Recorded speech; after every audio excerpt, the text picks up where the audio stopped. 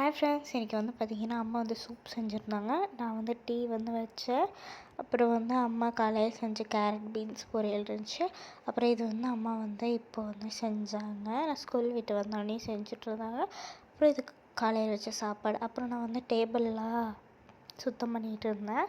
அப்புறம் அம்மா மாங்காய்லாம் வாங்கிட்டு வந்திருந்தாங்க. அதெல்லாம் கட் பண்ணிவிட்டு போட்டு வச்சுட்டு பொரியெல்லாம் வாங்கிட்டு வந்திருந்தாங்க, போட்டு வச்சுட்டு இருந்தேன்.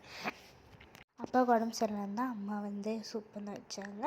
ஓகேன்னு சொல்லிட்டு நான் இதெல்லாம் வந்து சுத்தம் பண்ணிகிட்டு இருந்தேன். பிஸ்கெட்லாம் வந்து போட்டு வச்சுட்டு, அப்புறம் வந்து மாங்காய் வந்து கட் பண்ணி நல்லா அதில் உப்பு மிளகாத்தூள் போட்டு மூடி வச்சிட்டோம்னா சாப்பிட்டுக்கலாம்.